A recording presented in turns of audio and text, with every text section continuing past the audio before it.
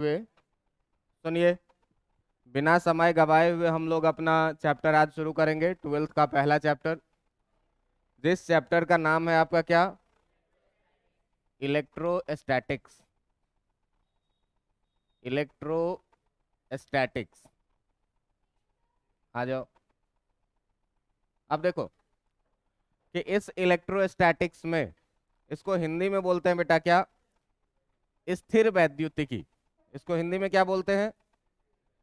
स्थिर वैद्युतिकी। ठीक है।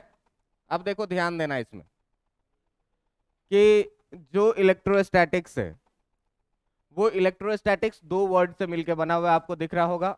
एक है इसमें क्या? इलेक्ट्रो, और दूसरा है क्या? स्टैटिक्स।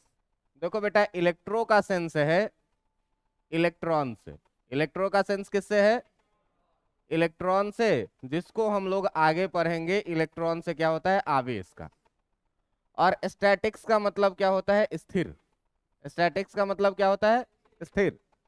मतलब तुम इस नाम से ही तुम जान सकते हो कि आवेश के स्थिर रहने पर जो जो घटनाएं घटेगी, क्या आवेश स्थिर रहेगा? आवेश चलेगा फिरेगा नहीं। क्या रहेगा? स्टेबल रहेगा, स्थिर रहेगा। उस स्थिति में क्या क्या होगा, क्या कहानियां घटेगी, ये सारा हम लोग इस चैप्टर में पढ़ेंगे। ये आपका 12th का चैप्टर 1 हम लोग लेके चलेंगे, इलेक्ट्रोस्टैटिक्स। और इलेक्ट्रोस्टैटिक्स के अंतर्गत हम लोग दो चैप्टर पढ़ते हैं। दो चैप्टर में कौन कौन सा चैप्टर पढ़ेंगे? तो इसमें एक पहला चैप्टर होगा आपका क्या? विद्युत आवेश एवं विद्युत क्षेत्र। ठीक ना।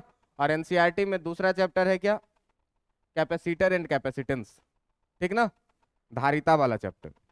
तो वो दो चैप्टर हम लोग पढ़ेंगे इलेक्ट्रोस्टैटिक्स के अंदर में।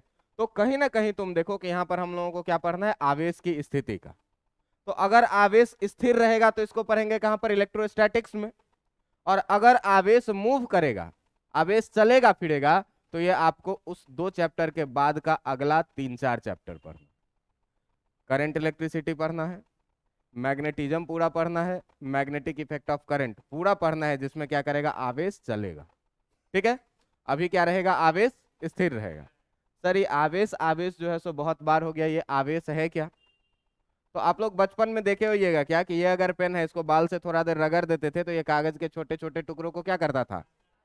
अट्रैक्ट करने लगता था। तो भाई ऐसा क्या हो गया कि बाल में रगड़ने से ये अट्रैक्ट करने लग गया? ठीक ना, इसमें आवेश उत्पन्न हो गया।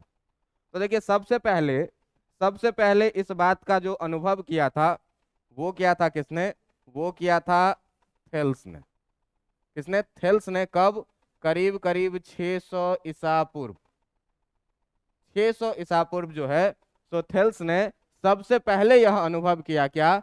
कि रगड़ने के बाद इसमें एक गुण आ जाती है, जिस गुण के कारण जो है तो वो क्या करने लगता है? किसी भी वस्तु को अपने तरफ आकर्षित करने लगता है। समझ में आया बात? किसने किया? थेल्स ने। इसके बाद करीब करीब 2000 साल तक, इसके बाद करीब करीब 2000 साल तक जो है तो इस विषय पर किसी आदमी ने चर्चा किया ही नहीं। इसके बाद करीब करीब 2000 साल तक इस विषय पर कोई चर्चा नहीं किया। और करीब करीब 2000 साल के बाद 1642 ईस्वी में जो है तो एलिजाबेथ का नाम सुनी हुई हो? रानी एलिजाबेथ का। रानी एलिजाबेथ के एक डॉक्टर थे जिनका नाम था क्या? Doctor Thomas brown. क्या नाम था? Thomas brown.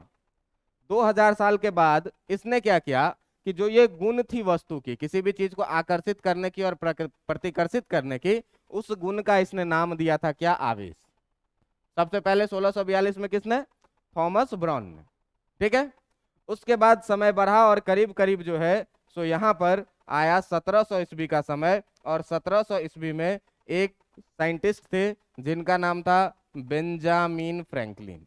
जिसका नाम था क्या? Benjamin Franklin. तो ये बेंजामिन फ्रैंकलिन साहब क्या किए थे? आवेश को दो भाग में नामकरण किए थे, जिसमें आप एक को बोलते हैं पॉजिटिव चार्ज धन आवेश, और एक को क्या बोलते हैं आप? नेगेटिव चार्ज ऋण आवेश। बात समझ में आया? ये थी पूरी की पूरी आवेश की हिस्ट्री। ये थी क्या? पूरी पूरी आवेश की हिस्ट्री। जिस हिस्ट्री पर हम लोग थोड़ा सा चर्चा किए। तो देखो बेटा, साइंस में किसी भी घटना किसी एक आदमी पर आधारित नहीं होता है। अगर आप आज एक कॉन्सेप्ट पढ़ रहे हैं, एक चीज सीख रहे हैं, तो उसके पीछे हमारे बहुत सारे साइंटिस्ट का योगदान होता है। कोई एक आदमी अकेले कोई थ्योरी नहीं दे सकता है, ठीक ना। तो बहुत सारे लोगों का यूज होता है। तो ये सबसे पहले किसने किया था? थेल्स ने किया था। कब? 1600 ईस्वी पूर्व भी ये अनुभव किया था क्या, कि किसी भी कांच के रॉड को जब हम लोग बाल से रगड़ते हैं या बिल्ली के खाल से रगड़ते हैं या कॉटन से रगड़ देते हैं, तो इस क्या होता है? आवेशित हो जाता है और छोटे छोटे कणों को क्या करता है? अपने तरफ ये आकर्षित करने लगता है। उसके बाद 2000 साल तक इस विषय पर किसी ने चर्चा ही नहीं किया। लास्ट में एलिजाबेथ के डॉक्टर, रानी एलिजाबेथ के डॉक्टर करीब करीब 1642 ईस्वी में, ये डाटा अलग अलग जगहों पर थोड़ी सी अलग अलग मिलती है, क्योंकि बहुत पुरानी डाटा है स्टोरिंग प्रॉब्लम के कारण, तो इसके आसपास आप मान के चलेंगे, ठीक ना। तो 1642 ईस्वी में क्या नाम था इसका? Doctor Thomas brown. Doctor Thomas brown क्या किया? इसको एक नाम दे दिया, इस गुण को, जिस गुण का नाम क्या था? आवेश। समझ में आया बात? फिर धीरे धीरे समय बढ़ा, करीब 50 साल के बाद 1700 ईस्वी में कौन आए? डॉक्टर नहीं, बेंजामिन फ्रैंकलिन। और ये बेंजामिन फ्रैंकलिन क्या किए? इस आवेश को दो पार्ट में बांटे, धन आवेश और ऋण आवेश। अब भाई साहब अपने पास सवाल ये आता है कि आवेश आवेश आवेश का हिस्ट्री तो जान लिया सर, ये आवेश होता क्या चीज है। तो तुम लोग केमिस्ट्री में एटॉमिक स्ट्रक्चर पढ़े हुए हो, एटॉमिक स्ट्रक्चर में थॉमसन का एटॉमिक मॉडल पढ़े हुए हो, उसके बाद रदरफोर्ड का एटॉमिक मॉडल से पढ़े हुए हो। क्या कहता है भाई एटॉमिक मॉडल? तो एटॉमिक मॉडल क्या कहता है कि कोई भी पदार्थ इलेक्ट्रॉन, प्रोटॉन और न्यूट्रॉन, तीन तरह के कणों से बना हुआ होता है, जिसमें उसके नाभिक में जो है, नाभिक में प्रोटॉन और न्यूट्रॉन रहता है, और इसके चारों तरफ अलग अलग कक्षाओं में, इसके चारों तरफ अलग अलग कक्षाओं में क्या होता है? इलेक्ट्रॉन घूमता है। इसके चारों तरफ अलग अलग कक्षाओं में कौन घूमता है? इलेक्ट्रॉन घूमता है। अच्छा, तुम ये भी बात जानते होगे कि अगर ये इलेक्ट्रॉन इस चारों तरफ में घूम रहा है, तो एटॉमिक स्ट्रक्चर में तुम भी को ये भी पढ़ाया हुआ होगा कि सामान्यतः, इसमें 8 बनाना है, कितने बने? ऐसे ही ना पढ़ते हो तुम लोग? 2, 8, 18, 28 ऐसे चलता है ना, 32, जो भी, चलो छोड़ो, मान लो इलेक्ट्रॉन है, जो भी हो, उतना हम केमिस्ट्री में नहीं जाएंगे। लेकिन आप ये भी पढ़े होइएगा क्या, कि सामान्यतः किसी भी पदार्थ में इलेक्ट्रॉन की संख्या, सामान्यतः किसी भी पदार्थ में इलेक्ट्रॉन की संख्या जो होती है वो प्रोटॉन के संख्या के बराबर होती है, बराबर प्रोटॉन की संख्या, है ना। प्रोटॉन की संख्या और इलेक्ट्रॉन की संख्या क्या होती है? बराबर। अच्छा, तुम ये भी जानते होगे कि जो इलेक्ट्रॉन है, जो तुम्हारा इलेक्ट्रॉन है, वो इलेक्ट्रॉन कैसा है? इलेक्ट्रॉन कैसा है? ऋण आवेशित। कैसा कण है? ऋण आवेशित कण है, नेगेटिवली चार्ज्ड बॉडी है। अगर आपसे कोई पूछे कि प्रोटॉन, ठीक ना, तो प्रोटॉन कैसा है बेटा? पॉजिटिवली चार्ज्ड है, धन आवेशित है ना। इसको क्या बोलते हैं? धन आवेशित। प्रोटॉन कैसा है? धन आवेशित है। और आपसे पूछा जाए न्यूट्रॉन के बारे में, तो न्यूट्रॉन के बारे में क्या कहता है कि ये कैसा होता है? आवेशहीन होता है, चार्जलेस होता है। ये कैसा होता है? आवेशहीन। अब एक बात बताओ कि अगर इलेक्ट्रॉन पे ऋण आवेश है और प्रोटॉन पे धन आवेश है, तो तुमसे कोई आदमी पूछे कि इस नाभिक के बारे में बताओ, ये नाभिक धन आवेशित है कि ऋण आवेशित है? धन आवेशित है। अगर कोई तुमसे इस कक्षा के बारे में खाली पूछे कि ये ऋण आवेशित है कि धन आवेशित है? ऋण आवेशित है। अब भाई साहब आप लोग केमिस्ट्री में ये चीज पढ़े होइएगा कि किसी भी एटम में सामान्यतः जो इलेक्ट्रॉनों की संख्या होती है वो प्रोटॉन की संख्या के, इसका मतलब ये हुआ, इसका मतलब ये हुआ कि जितना किसी में नेगेटिव चार्ज रहेगा, जितना किसी में नेगेटिव चार्ज रहेगा, उतना ही क्या रहेगा? पॉजिटिव चार्ज रहेगा। मतलब जितना धन आवेश उतना ही क्या? ऋण आवेश। अब तुम एक बात बताओ कि एक धन आवेश और एक ऋण आवेश को मिला देंगे तो क्या होगा? उदासीन हो जाएगा। तो भाई साहब जितने नेगेटिव चार्ज है उतने पॉजिटिव भी चार्ज है। तो प्रत्येक ऋण आवेश जो है इसमें क्या करेगा कि जो प्रत्येक ऋण आवेश है आपका, वो प्रत्येक ऋण आवेश क्या करेगा? एक धन आवेश को, प्रत्येक ऋण आवेश एक धन आवेश को क्या करेगा? एक धन आवेश को उदासीन कर देगा, है ना। एक धन आवेश को क्या करेगा? उदासीन करेगा। और उदासीन जब करेगा, उदासीन जब करेगा तो आप देखिए कि क्या बचेगा? इस पे कोई चार्ज बचेगा क्या? क्यों कि मान लो कि सोडियम है 11, Na11, तो Na के पास अगर कोई पूछे नंबर ऑफ प्रोटॉन कितने हैं, इसका मतलब इसके पास जो है सो 11 पॉजिटिव चार्ज है। क्या है? 11 पॉजिटिव। और अगर तुमसे कोई पूछे कि इसके पास इलेक्ट्रॉन कितना है, ये भी, इसका मतलब ये हुआ कि इसके पास 11 क्या है, नेगेटिव चार्ज भी है। अब तुम एक बात बताओ कि जितने पॉजिटिव चार्ज हैं उतने ही नेगेटिव चार्ज भी हैं, तो हर पॉजिटिव चार्ज एक नेगेटिव चार्ज को क्या करेगा? कैंसिल करेगा। इस तरह से 11 पॉजिटिव चार्ज 11 नेगेटिव चार्ज को क्या करेगा? कोई चार्ज बचेगा क्या? तो कोई चार्ज नहीं बचेगा। तो अभी तक मैंने सोडियम के साथ कुछ किया नहीं था, ये सोडियम अपने प्राकृतिक स्थिति में ही है।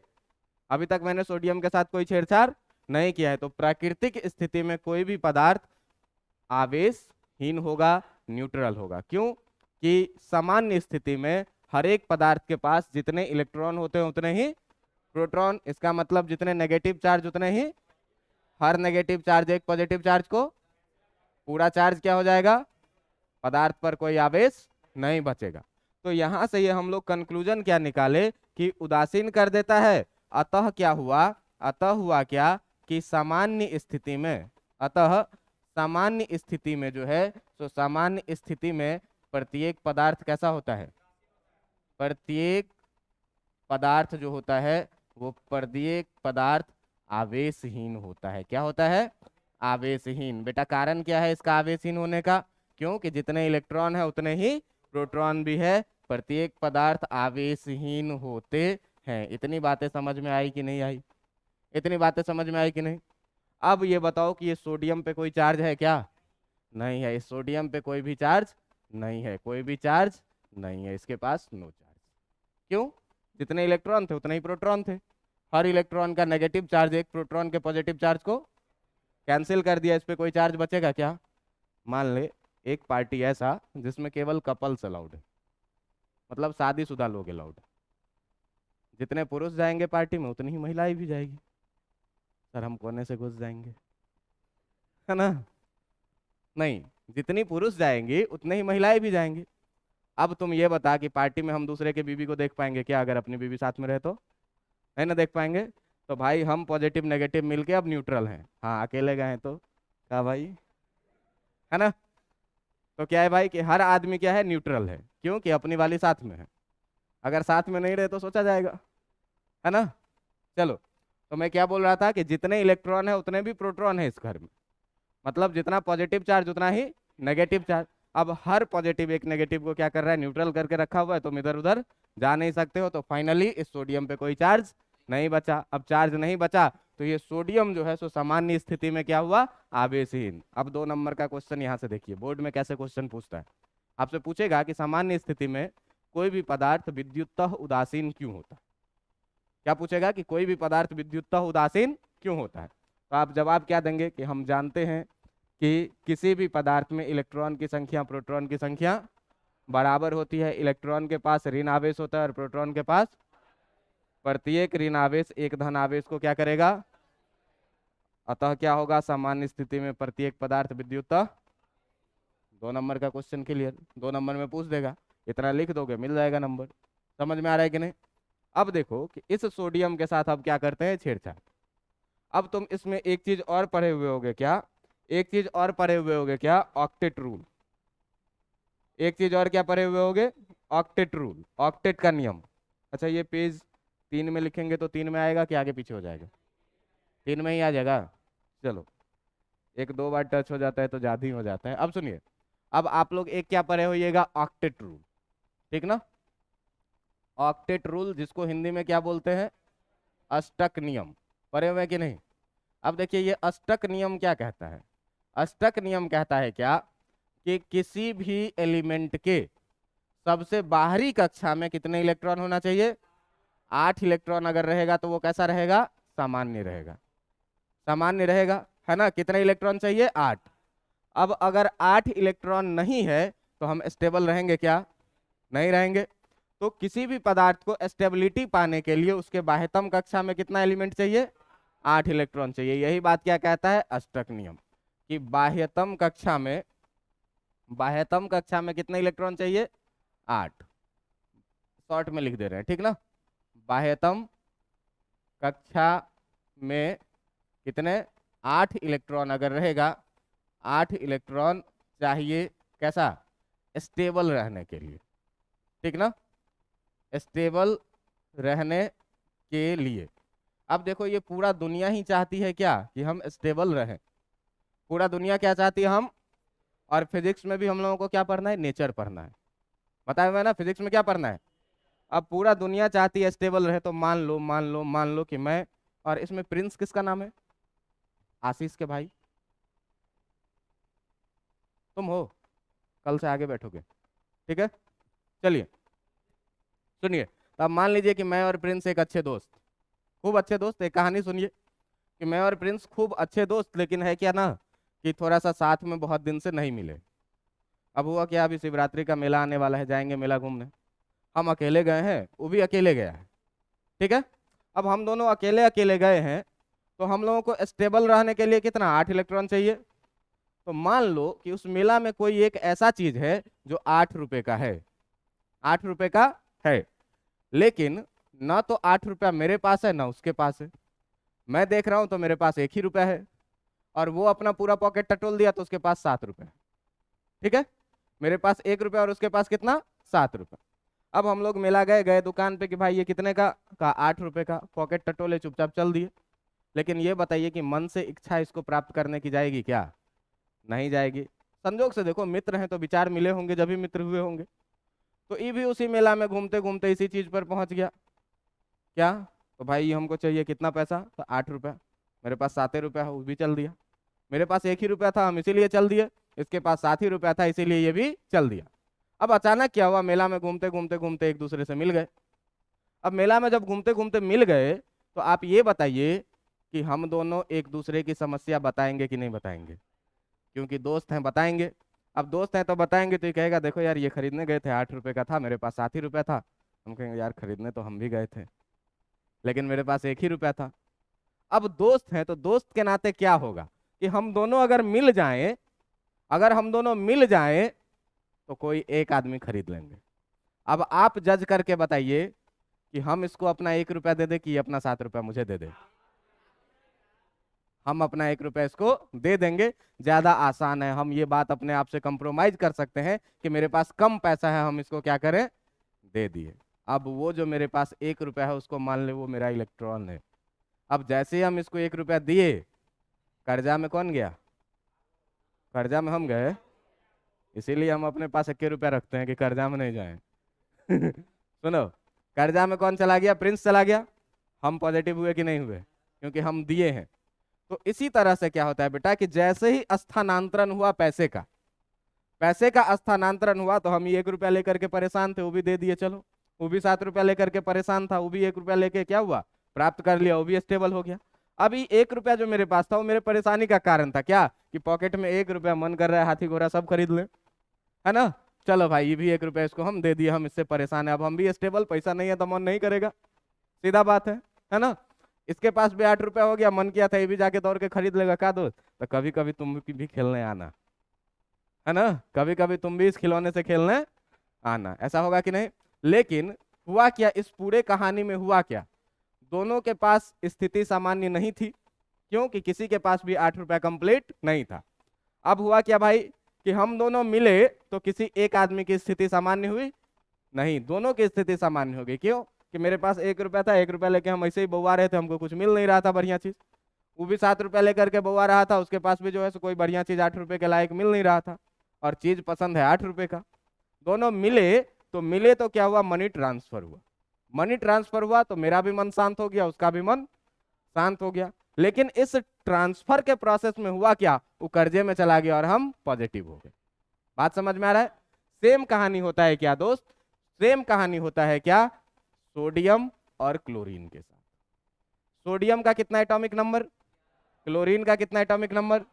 अगर तुम इसका कॉन्फ़िगरेशन लिखोगे तो कितना लिखोगे, 2 8 1, आसान वाला लिखते हैं, है ना, 1s2 करके भी लिख सकते हैं, आता है हमको, ठीक ना। और देखो इसको लिखोगे तो कैसे लिखोगे, ये हूं मैं, क्यों कि मेरे पास कितना रुपया है, और ये है प्रिंस जिसके पास कितना रुपया है, जैसे ही सोडियम ने इसको एक क्लोरीन जैसे ही एक इलेक्ट्रॉन दिया, जैसे ही एक इलेक्ट्रॉन क्या किया, सोडियम ने क्लोरीन को दिया, तो कहानी क्या हो गया कि ये सोडियम से हो गया सोडियम प्लस, और ये क्लोरीन जैसे ही 1 रुपया लिया तो ये क्या हो गया, Cl-। बात समझ में आया? अब सोडियम पे आ गया धन आवेश और क्लोरीन पे क्या आ गया, हुआ क्या बीच में, इलेक्ट्रॉन का ट्रांसफर। हुआ क्या बीच में, इलेक्ट्रॉन का। तो बेटा जैसे ही इलेक्ट्रॉन ट्रांसफर करेगा, इलेक्ट्रॉन ट्रांसफर करेगा, मैं इसको 1 रुपया दिया तो ये 1 रुपया कर्जा में गया और मैं उसी समय 1 रुपया पॉजिटिव हो गया। बात समझ में आया? मैं अगर इसको 2 रुपया देता तो मैं 2 पॉजिटिव रहता, ये 2। तो देखो कि जब भी कोई पदार्थ अपने सामान्य स्थिति से अपने अष्टक को पूरा करने के लिए क्या करता है, इलेक्ट्रॉन का स्थानांतरण करता है, तो इलेक्ट्रॉन का स्थानांतरण करता है तो दोनों आवेश पे एक साथ क्या होता है, दोनों पदार्थों पे एक साथ आवेश का निर्माण हो जाता है, आवेश आ जाता है। अब आवेश आ जाएगा तो कैसा आवेश आएगा, किस पर पॉजिटिव किस पर नेगेटिव, तो जिसने दिया वो पॉजिटिव और जिसने लिया वो, क्योंकि लेने वाला हमेशा कर्जा में रहेगा, तो लेने वाला कर्जा में रहेगा तो उस पर कैसा चार्ज आएगा, नेगेटिव चार्ज। तो देखो सीधा सीधा हुआ क्या, पहले भी सोडियम था, अब पहले भी क्लोरीन था, अभी भी सोडियम ही है, अभी भी क्या है, क्लोरीन ही है। इसमें परिवर्तन क्या हो गया, तो एक विशेष गुण आ गया, इसमें एक विशेष गुण आ गया, जिस गुण को ये प्राप्त कैसे किया, तो इलेक्ट्रॉन का स्थानांतरण करके, है ना। तो अगर कोई आदमी आपसे कहे कि आवेश को परिभाषित करो, तो तुम सीधे ही कहना कि ये पदार्थ का एक गुण है, जिस गुण को इलेक्ट्रॉन का स्थानांतरण करके कोई भी पदार्थ प्राप्त करता है। क्या है आवेश, पदार्थ का एक गुण, जिस गुण को वो कैसे प्राप्त करता है, इलेक्ट्रॉन का स्थानांतरण करके, ठीक ना। तो आवेश के बारे में अगर कोई आपसे पूछे कि बेटा आवेश का परिभाषा बताओ क्या होगा, तो सीधे सीधे तुम लिखोगे क्या, आवेश के बारे में एक लाइन में, ज्यादा नहीं लिखना है, लोग पन्ना भर के लिखवा देंगे, एक लाइन में बस याद रखना है, आवेश चार्ज क्या होता है। तो चार्ज के बारे में आप सीधे लिखिएगा, चार्ज के बारे में आप सीधे क्या लिखिएगा कि पदार्थ का वह गुण, ठीक ना, क्या लिखिएगा, पदार्थ का वह गुण जिसे जिसे कोई भी पदार्थ, जिसे कोई भी पदार्थ कैसे प्राप्त करता है, जिसे कोई भी पदार्थ इलेक्ट्रॉन के स्थानांतरण द्वारा प्राप्त करता है। कैसे करता है, इलेक्ट्रॉन के स्थानांतरण द्वारा प्राप्त करता है, इलेक्ट्रॉन के स्थानांतरण, ठीक है ना, स्थानांतरण, ये नो नहीं, ये वाला नो नहीं, ये वाला, ठीक ना, स्थानांतरण द्वारा प्राप्त करता है। कोई भी नो होगा तुम सुधार लेना, ठीक है। कैसे पदार्थ कैसे प्राप्त करता है, इलेक्ट्रॉन के स्थानांतरण। जैसे देखिए इधर था सोडियम, ठीक ना, इधर था क्या, क्लोरीन, सोडियम ने क्या किया, एक इलेक्ट्रॉन इसको दिया, कितना इलेक्ट्रॉन दिया, एक इलेक्ट्रॉन। जैसे ही इसको एक इलेक्ट्रॉन दिया तो सोडियम Na से क्या बन गया, Na+, और क्लोरीन Cl से क्या बन गया, Cl-। समझ में आया? तो इलेक्ट्रॉन का स्थानांतरण जैसे ही हुआ तो इस पदार्थ में भी एक गुण आ गया और उस पदार्थ में भी एक गुण आ गया। अब देखो बेटा कि अब दो तरह का आवेश दिख रहा है अलग अलग, इधर प्लस वाला दिख रहा है, इधर माइनस वाला। तो जो प्लस वाला आवेश है उसको क्या बोलते हैं, धन आवेश। उसको क्या बोलते हैं, धन आवेश, जिसको हम लोग क्या बोलते हैं, पॉजिटिव चार्ज। क्या बोलते हैं, पॉजिटिव चार्ज। अब देखना कि ये पॉजिटिव चार्ज क्या है, तो इलेक्ट्रॉन जो दिया उसके पास पॉजिटिव आया। तो देखो स्थानांतरण में दो चीज होता है, कोई भी पदार्थ, अगर मेरे पास 1 रुपया था तो हम ऐसे चलते चलते पॉकेट से उसको नीचे नहीं फेंक सकते थे। समझ में आ रहा है बात? ट्रांसफर इलेक्ट्रॉन का तभी होगा जब कोई साथ में लेने वाला भी रहेगा। हम फेंक नहीं सकते हैं, हम इसको अपने से अलग नहीं कर सकते हैं, पलड़ा झाड़ नहीं सकते हैं। देंगे तभी जब कोई लेने वाला हमको मिलेगा और हमको लेने वाला उपयुक्त दिखेगा। अच्छा एक बात बताओ कि अगर इधर रहता सोडियम Na और इधर रहता क्लोरीन के जगह पर, मान लो क्लोरीन के बाद 18 19 किसका है, 18 नहीं 19 किसका है, 19 पोटेशियम के, ठीक ना। चलो सुनो, अब देखो कि इस 19 वाले को कितने इलेक्ट्रॉन की जरूरत है, एक त्याग। इस सोडियम के नीचे ही तो पोटेशियम आता है ना। क्लोरीन से पहले वाला लो कोई, 16, सल्फर, सल्फर कितना 16।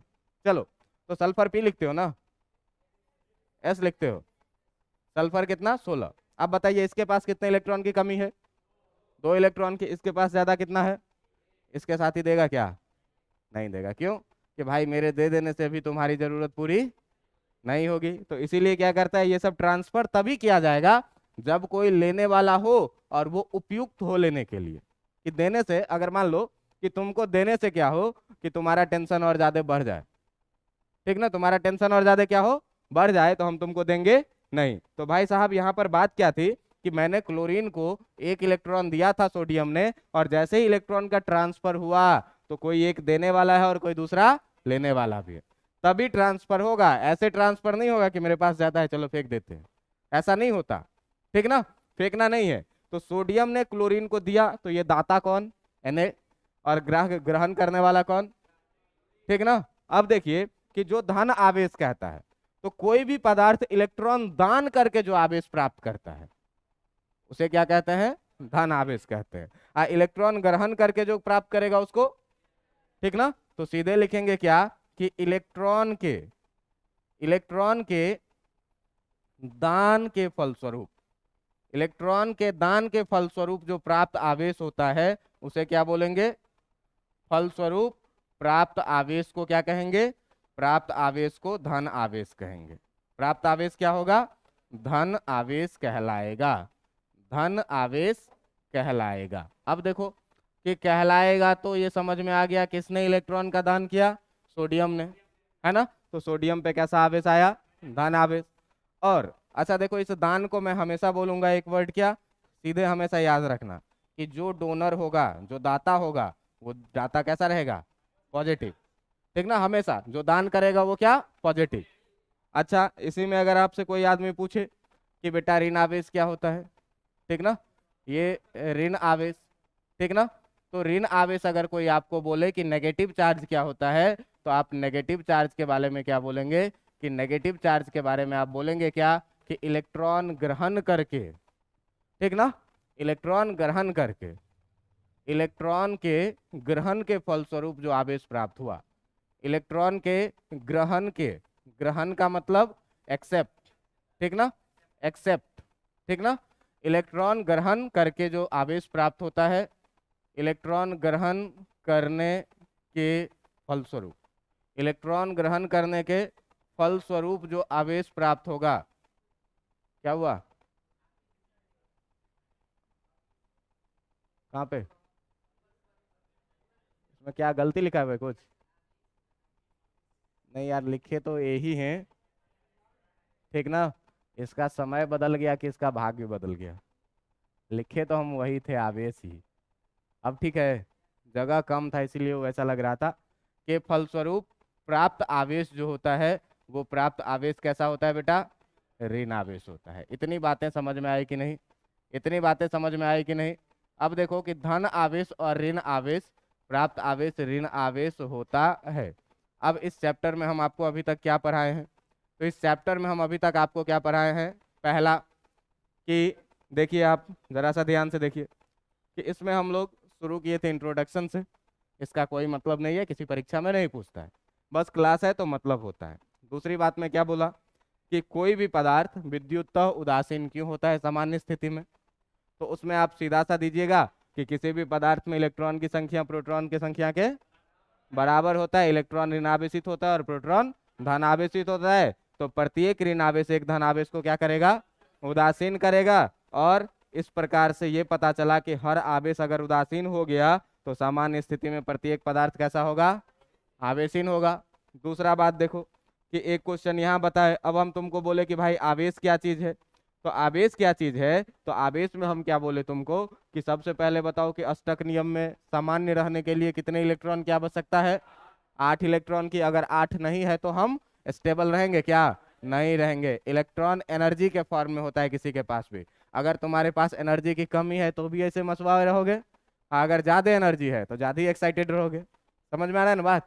तो अगर हम मेरे पास कम है तो भी हमको जरूरत है, अगर अधिक एनर्जी है फिर भी हमको एनर्जी खर्च करने की जरूरत है।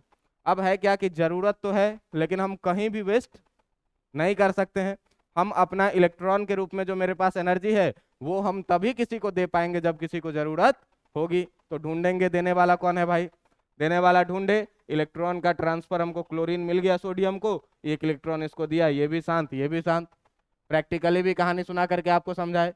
अब दोनों स्टेबल हो गया, दोनों स्टेबल हो गया तो एक इलेक्ट्रॉन का ट्रांसफर हुआ, ये बात।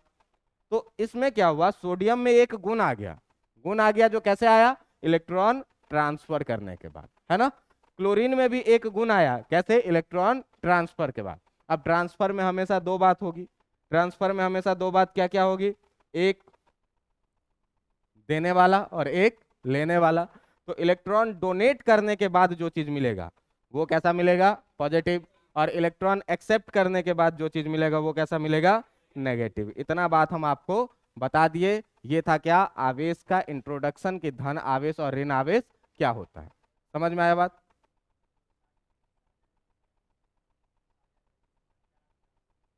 चार चार हो तो वो कोवैलेंट शेयरिंग वाला बनता है ना। कंप्लीट दान कर दिए तब कर्जा हुआ, समझे ना। अब सुनिए, बात बता रहे हैं आपको, कहानी में थोड़ा सा बदलाव लाते हैं। अब हम उसको कह दिए कि ना भाई अब हमरा ही खिलौना की जरूरत ना है, समय पड़ेगा तो तोरा लौटाना है 1 रुपया, हमरा खिलौना से मतलब नहीं है। साझेदारी हुआ तब जब खिलौना से हम भी खेलेंगे तब पैसा नहीं मांगेंगे। समझ में आ रहा है ना बात। लेकिन अगर खिलौना हम तोरा दे दिए पूरा का पूरा, तो बेटा कर्जा में तो तू है। समझ में आ रहा है बात। तो साझेदारी का बात नहीं होता है। आयनिक बॉन्ड आप लोग पढ़े होइएगा, कंप्लीट इलेक्ट्रॉन का ट्रांसफर। और आयन क्या है, यही चार्ज है ना। आयन क्या है, यही चार्ज है। तो कोवैलेंट बॉन्ड के लिए नहीं, कोवैलेंट बॉन्ड तो चार्जलेस होता है, पता है ना आपको। समझ गए। अब उतना केमिस्ट्री हमको भी आता है, ठीक ना। चलो, क्या बोले, सुन। सामान्य स्थिति में कोई भी पदार्थ आवेशहीन क्यों होता है, ठीक है। चलिए देखिए, अब इतना चीज समझ गए। अब देखो भाई सुनो, कि जो आवेश का एसआई मात्रक है तुम्हारा, पॉइंट यहां से देखिए, कि जो आपका आवेश का एसआई मात्रक है वो एसआई मात्रक क्या होता है, कूलॉम। क्या होता है, आवेश का एसआई मात्रक, आवेश का एसआई मात्रक क्या होता है, कूलॉम। एसआई मात्रक कूलॉम, ठीक ना। इसको इंग्लिश में लिखते हैं कूलॉम होता है। आवेश का एसआई मात्रक क्या होता है, कूलॉम होता है। अब देखो कि ये कूलॉम अपने आप में एक बहुत बड़ा मात्रक है, ठीक ना। कूलॉम अपने आप में क्या है, एक बहुत बड़ा मात्रक है। तो इसीलिए इसके कुछ प्रचलित मात्रक जो हैं, जो कुछ प्रचलित मात्रक है, वो प्रचलित मात्रक क्या सब है देखो, है क्या। तो एक आएगा क्या तुम्हारा, माइक्रो कूलॉम, ठीक ना, माइक्रो कूलॉम, ठीक ना। इस माइक्रो कूलॉम को हम लोग सिंबल में लिखते हैं म्यू सी, ठीक ना। क्या लिखेंगे, म्यू सी। और एक माइक्रो कूलॉम बराबर जो होता है, एक माइक्रो कूलॉम बराबर जो होता है 1 म्यू सी, ये होता है कितना, 10⁻⁶ कूलॉम, ठीक है। 10⁻⁶ कूलॉम। और एक होता है क्या, मिली कूलॉम। एक होता है क्या, मिली कूलॉम। इस मिली कूलॉम को जो लिखते हैं छोटा वाला m कैपिटल वाला c। और 1 मिली कूलॉम जो होता है आपका वो कितना होता है, 10⁻³ कूलॉम के बराबर में। इस चीज को याद रखना है। समझ में आया बात। अब देखो कि यहाँ पे ये प्रचलित मात्रक और एसआई मात्रक का हम लोग बात कर ली। और भी मात्रक है जिसको सीजीएस मात्रक बोला जाता है या मैग्नेटिक मात्रक बोला जाता है, जिसको आप लोग क्या बोलते हैं, स्टेट कूलॉम बोलते हैं, ठीक ना। स्टेट कूलॉम बोलते हैं सीजीएस मात्रक को। तो 1 स्टेट कूलॉम कितने कूलॉम के बराबर में होता है पता है, हाँ? इसको बोलते हैं क्या, ESU, इलेक्ट्रोस्टैटिक यूनिट। 3 × 10⁻, नहीं पढ़े हो तुम लोग बिल्कुल भी।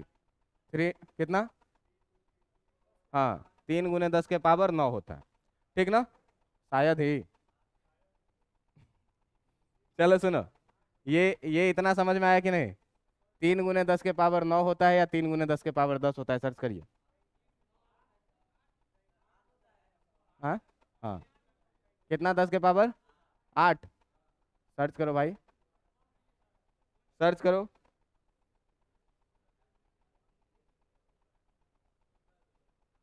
सुनिए, अब सुनिए, जो इसका सीजीएस मात्रक है, सीजीएस मात्रक, सीजीएस मात्रक क्या है, सीजीएस मात्रक क्या है इसका, अरे बोलो। इसको बोलते हैं क्या, ESU। इसका फुल फॉर्म है क्या, इलेक्ट्रोस्टैटिक इलेक्ट्रोस्टैटिक यूनिट, और इसी को क्या बोलते हैं, इसी को क्या बोलते हैं, स्टेट कूलम। ठीक ना, इसी को क्या बोलते हैं, स्टेट कूलम। ठीक है, अब देखो कि ये 1 कूलम इक्वल टू जो होता है 3 × 10⁻⁸ कितना, 8 क्यों बोल रहे हो ठीक ना, 3 × 10⁹ ESU के बराबर में होता है, हमको याद रहता है। ठीक ना, हम बस ऐसे देखते हैं कि तुम लोग थोड़ा बहुत पढ़ के आते हो कि नहीं। ठीक है, चलिए, ये हो गया, ये हो गया क्या, CGS मात्रक। इसके बाद एक होता है क्या, मैग्नेटिक यूनिट भी। इसके बाद एक इसका मैग्नेटिक यूनिट भी होता है, जिस मैग्नेटिक यूनिट को बोला जाता है क्या, AB कूलम। क्या बोला जाता है, AB कूलम। और ये 1 AB कूलम जो होता है, ये होता है 1/3 × 10⁻10 क्या, कूलम के बराबर में। ठीक है, याद रखना है, कहीं यूज में ये ना आएगा, कहीं यूज में ना ये आएगा, कहीं यूज। ठीक है, अब ये चीज देखो कि ये था आवेश का मात्रक। अब तुमसे कोई पूछे कि आवेश का बीमा क्या है, अब तुमसे कोई क्या पूछे कि आवेश का बीमा, देखिए इस चीज पर आप लोग बिल्कुल भी ध्यान ही नहीं देंगे, बस ये चीज आप याद रखेंगे। कौन सा चीज, कौन सा चीज, पेज नंबर 5, ये कि 1 माइक्रोकूलम 10⁻⁻6 कूलम और 1 मिलीकूलम 10⁻⁻3 कूलम, बस इतना ही तुमको याद रखना है भाई साहब। ठीक है, इसके बाद स्टेट कूलम ESU कहीं उपयोग में नहीं आएगा, किसी परीक्षा में नहीं पूछेगा। ठीक है, ऐसे ही बता दिया जाता है टाइम पास के लिए कि दिन कटे थोड़ा देर। चलिए देखिए, अब अगला नंबर देखिए आप, कि जो अगला है आपका, इसमें आपको जानना होगा क्या, कि हम लोग बात करेंगे किस चीज के लिए, डायमेंशन के लिए। तो डायमेंशन के लिए तुम सबसे पहले याद करो कि 10वीं क्लास में तुम कभी एक फॉर्मूला पढ़े हुए होगे, I = Q/T, पढ़े हो ना, जिसमें I क्या होता था बेटा, विद्युत धारा। ठीक ना, विद्युत धारा का ये परिभाषा ही था। Q क्या होता था, आवेश, और T क्या होता था, T क्या होता था, टाइम। अब तुम देखो कि इस तीनों चीज में आवेश जो है तुम्हारा वो फंडामेंटल क्वांटिटी है क्या, आवेश फंडामेंटल क्वांटिटी नहीं है, तो आपका जो फंडामेंटल क्वांटिटी है वो क्या है, और ये दो है फंडामेंटल क्वांटिटी। तो अच्छा एक बात बताओ कि यहाँ से हम Q बराबर हम IT लिख सकते हैं कि नहीं। अब तुमको क्या बोले हैं कि जो फंडामेंटल क्वांटिटी का जो पावर होता है उसी को क्या बोलते हैं, डायमेंशन, है ना।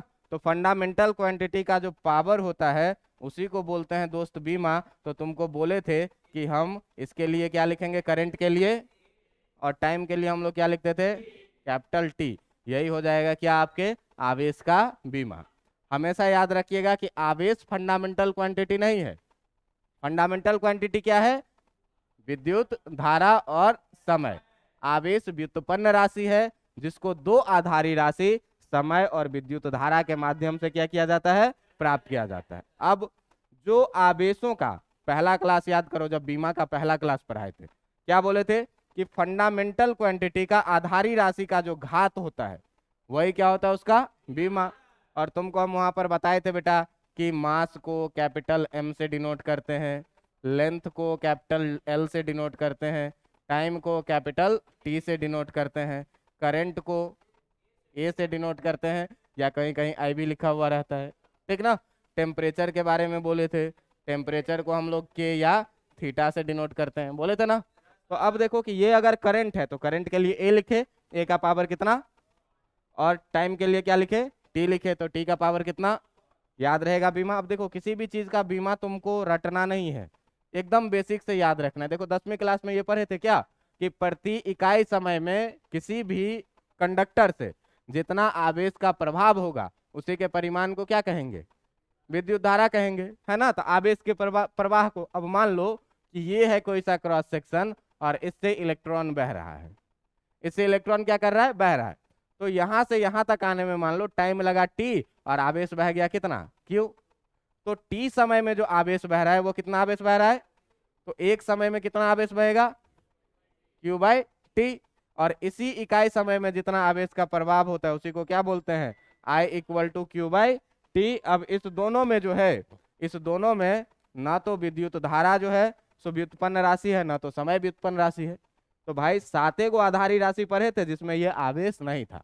इसका मतलब जो आवेश है वो कैसा राशि है, व्युत्पन्न राशि है। अब व्युत्पन्न राशि है तो व्युत्पन्न राशि है तो बीमा होगा। तो बीमा होगा तो इसको क्या किए, पहले आधारी राशि के पदों में लिखे, और आधारी राशि के पदों में लिखने के बाद जो इसका पावर हमको दिखा वही पावर जो होगा वो क्या होगा, उसका डायमेंशन। तो बस एक ही लाइन में ये तुम याद रखना क्या, कि जो तुम्हारा बेटा आवेश का डायमेंशन होगा वो कितना होगा, Q equal to A T. ठीक ना, Q इक्वल टू कितना लिखोगे, ए टी, यही याद रखना है। अब हर जगह पर हम डायरेक्ट इसका क्या करेंगे, यूज करेंगे, ये हम आपको फिर से बार बार हम आगे नहीं बढ़ाएंगे। ठीक है, अब चलिए थोड़ा सा इस डाटा को आप लोग करेक्ट कर लीजिएगा देख करके, जो स्टेट कूलम वाला था, ठीक ना, ए बी कूलम वाला और स्टेट कूलम वाला। ठीक है, घर से वेरीफाई कर लीजिएगा, 10⁻⁹ होता है। ठीक है, अब देखो ये डायमेंशन लिखना सीख गए। अब आवेशों के कुछ गुण होते हैं। अब इस गुण में से हर एक साल परीक्षा में कम से कम एक क्वेश्चन 2 नंबर 3 नंबर का पूछा ही जाता है। तो इस गुण को हम लोग अगले दिन पढ़ेंगे। आज आवेश का बेसिक जाने क्या होता है, कैसे आवेश क्रिएट होगा, आवेश का परिभाषा क्या होगा, धन आवेश कैसे बनता है, ऋण आवेश कैसे बनता है। ठीक ना, अब धन आवेश और ऋण आवेश बना तो आवेश के थोड़े से यूनिट वगैरह के बारे में आज बात कर लिए। यूनिट क्या याद रखना है, सीधे सीधे कूलम, छोटा यूनिट में क्या, माइक्रो कूलम और मिली कूलम। माइक्रो कूलम का मतलब म्यू सी, मिली कूलम का मतलब एम सी। माइक्रो का मतलब जब भी आए माइक्रो, हाँ बड़ी जोर से बोल रहे हैं, हमको भी आता है, दोनों आता है। ठीक ना, सुनो, लेकिन उसमें दोनों कैपिटल होता है। जानबूझ के हम बोले थे कि स्मॉल वाला एम और कैपिटल वाला सी। ठीक ना, तुम लोग दोनों कैपिटल बना देते हो। तो फिर मेरे पास है एक, जानते हो क्या, वो फॉर्मूला बना के रखे हैं, m+2b, c का होल स्क्वायर। अब इसमें तीनों आ जाता है। ठीक ना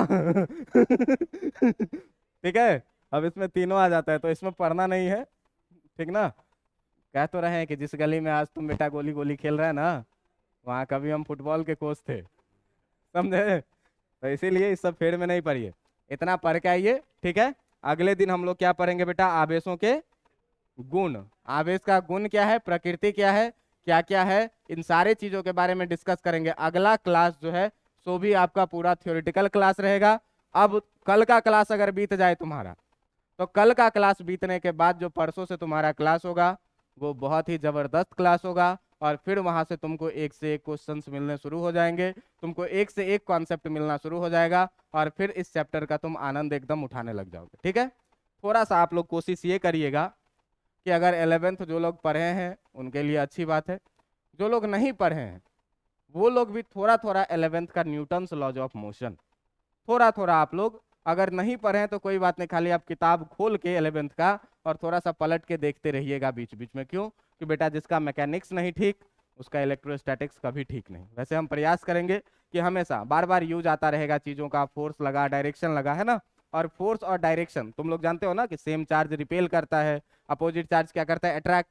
अब तुमसे पूछेंगे कि कितने फोर्स से, है ना, तो अब फोर्स लगेगा किसी भी चार्ज पे तो वो क्या होगा, डिस्प्लेस्ड होगा, फोर्स लगेगा। और फोर्स लगने का चर्चा हम लोग कहाँ करते हैं, न्यूटन्स लॉज ऑफ मोशन में। तो अगर उधर से थोड़ा बहुत भी आपको जानकारी रहेगा ना, बिल्कुल किताब खोल के खाली देख लोगे तो हम इधर काम चला लेंगे, लेकिन देखना जरूर। ठीक है, क्लास में जितना पढ़ा दे उतना जरूर पढ़ के आना। तुमको बता दे रहे हैं कि तुमसे ज्यादा बेहतर सवाल सॉल्व करने वाला कोई नहीं होगा। और आप लोग जान लीजिए कि इस साल आपका बोर्ड फिजिक्स सब्जेक्ट में खाली जो है सो थ्योरी की जगह जम के न्यूमेरिकल पूछा है। तो जम के न्यूमेरिकल पूछा है तो भाई साहब आपसे सवाल बनेंगे, और आप थोड़ा थोड़ा प्रयास करेंगे। आपका वेक्टर रिवाइज्ड रहना चाहिए। और आपको बता दो जानकारी के लिए कि शनिवार को आपके वेक्टर का टेस्ट है। ठीक है, शनिवार को वेक्टर का टेस्ट है, और केमिस्ट्री और फिजिक्स दोनों का रिजल्ट मिला करके हम लोग कुछ प्लान भी कर रहे हैं। ठीक ना, तो प्लान कर रहे हैं। अच्छा, टेस्ट ओपन एंडेड, अगर आपके मित्र सखा कहीं और पढ़ते हो आकर के टेस्ट दे सकते हैं। ठीक है, मनीष सर बोल देंगे क्लास में। सैटरडे को आपके फिजिक्स में वेक्टर का टेस्ट है। क्वेश्चंस का लेवल मॉडरेट रहेगा, ऑब्जेक्टिव रहेगा, 15 क्वेश्चन रहेगा, करीब 40 मिनट का समय मिलेगा। इसीलिए वेक्टर का रिवीजन करते रहिए, जिस वेक्टर का उपयोग आपको पूरे फिजिक्स में होगा। क्लियर है इतना? तो आज के क्लास को छोड़ते हैं यहीं पर। आवेशों के प्रकृति गुण को हम लोग अगले दिन पढ़ेंगे, प्रॉपर्टीज ऑफ चार्ज। ठीक है, इतना आप लोग रिवाइज करके आइएगा, और नोट्स अब से अपडेटेड रखिए, पढ़ के आप लोग अपडेटेड रहिए। ठीक है। चलिए।